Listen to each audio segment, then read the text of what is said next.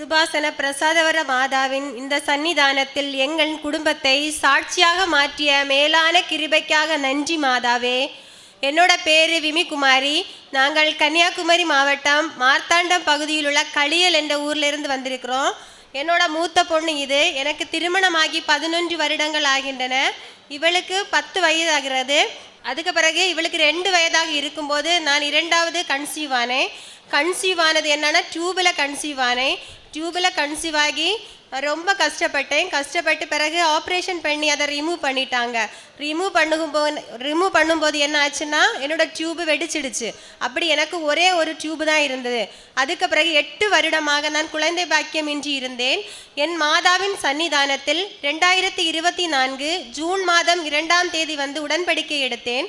உடன்படிக்கை எடுத்துவிட்டு சென்று அதன் பிறகு 3 மாதம் தாண்டி, அதாவது செப்டம்பர் மாதம் 9ஆம் தேதி வந்து திரும்ப புதுப்பித்து விட்டு கிருபாசனத்தினுடைய 1000 மணி ஜெபமாலையை எங்கள் குழுவிற்காக பெற்றுக்கொண்டு சென்ற பிறகு அடுத்த மாதத்தில் நான் 2வது குழந்தையை கருத்தாங்கினேன். என்னுடைய மாதா எனக்கு அதிசயத்தை பண்ணினார்.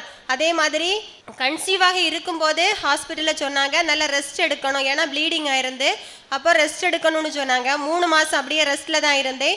ஆனாலும் எங்கள் ஏரியாவில் 1000 மணி ஜெபமாலை நடக்கும். கிருபாசனத்தில் இருந்து மெலானி சிஸ்டர் அவங்க வந்து நடத்துவாங்க. அந்த 1000 மணி ஜெபமாலையில் என்னுடைய மாதாவின் கிருபையால் நான் முழுமையாக, அதாவது காலையில் 9 மணி முதல் ஏறக்குறைய 3 மணி ஆகும் முடிவடைகிறதுக்கு. அத்தனை மணி நேரம் என்னுடைய மாதாவின் கிருபையால் நான் இருந்து ஜெபம் பண்ணினேன். என்னுடைய ஒரே ஒரு ஆயுதம் மாதாவின் காசி ரூபம் மட்டும்தான். நான் ஸ்கேன் எடுக்க எப்போல்லாம் ஹாஸ்பிட்டல் போகிறேனோ அப்போல்லாம் என்னுடைய மாதாவின் காசி ரூபத்தை என் வயிற்றில் வைத்து ப்ரேயர் பண்ணிட்டு போவேன். ஆனால் எந்த பிரச்சனையும் இல்லை. அதுக்கப்புறம் லாஸ்ட்டில் ஆப்ரேஷன் டேட்டு தந்தாங்க. ஆனால் எனக்கு ஒரே ஜலதோஷம். ஆனால் நடக்குமா நடக்காதான்னு சந்தேகமாக இருந்து மாதாவின் எண்ணெயையும் உப்பையும் தண்ணியில் போட்டு குடிச்சிட்டு போனேன். ஆனால் ஆப்ரேஷன் நல்லபடியாக முடிந்து மாதா எனக்கு ஜூன் 2, 2025 அழகான ஒரு ஆண் குழந்தையை பரிசாக தந்தார். மாதாவுக்கு என்னுடைய குடும்பத்தின் சார்பாக, ஒவ்வொருவரின் சார்பாகவும் 1000 நன்றிகளை கூறிக்கொள்கின்றேன்.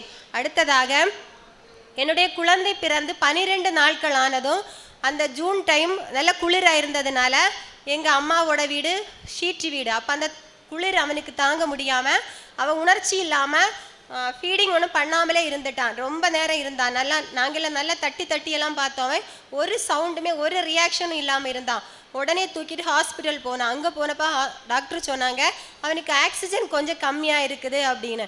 அப்போ நான் உடனே மாதாவின் காசு ரூபத்தை எடுத்து கையில் பிடிச்சிட்டு அவனுக்கு ஹார்ட்டுக்கு மேலே வச்சு அப்படியே அழுதேன். மாதாவே, நீர் எனக்கு தந்த கிஃப்ட் மாதாவே, நான் 8 வருடத்திற்கு பிறகு நீர் தந்த கிஃப்ட் எனக்கு திரும்ப தாரு மாதாவே என்று கண்ணீர் விட்டு அழுது ஒரு 10 நிமிஷம் ஆகலை. என்னுடைய பிள்ளை நன்றாக எழும்பி பால் குடித்து விட்டு திரும்ப நன்றாக தூங்கினான். அடுத்த நாள் காலையில் எங்களை டிஸ்சார்ஜ் பண்ணாங்க ஹாஸ்பிட்டலில் இருந்து. இப்படி மாதா எங்கள் குடும்பத்திற்கு ஏராளமான நன்மைகளை செய்தார். மேலும் இங்கே வந்து உடன்படிக்கை எடுத்து சென்று விட்ட பிறகு நாங்கள் அனைவரும் குடும்பமாக இருந்து ஜெபமாலை பண்ணுவோம். என்னோட மாமனார், மாமியார், என்னோட பிள்ளை, அதே மாதிரி உடன்படிக்கை ப்ரேயரும் எல்லாரும் சேர்ந்திருந்து பண்ணுறோம். அதுக்கப்புறம் ஏழைகளுக்கெல்லாம் என்னோடய ஹஸ்பண்ட் லீவுக்கு வரும்போது ஏழைகளுக்கெல்லாம் காசெல்லாம் கொடுப்பாங்க. அதுக்கப்புறம் இந்த பேப்பரு, மாதாவின் சாட்சி அடங்கிய பேப்பரையும் என்னோட சர்ச்சு, என்னோட ஃப்ரெண்ட்ஸு, என்னோட ரிலேட்டிவ்ஸ் எல்லாருக்கும் கொடுப்பேன். எங்களை இந்த சன்னிதானத்தில் சாட்சியாக மாற்றிய மாதாவிற்கும் உண்ணி இயேசுவிற்கும் 1000 நன்றிகள். സങ്കീർത്തനം 66, 19, 20 തിരുവചനങ്ങൾ.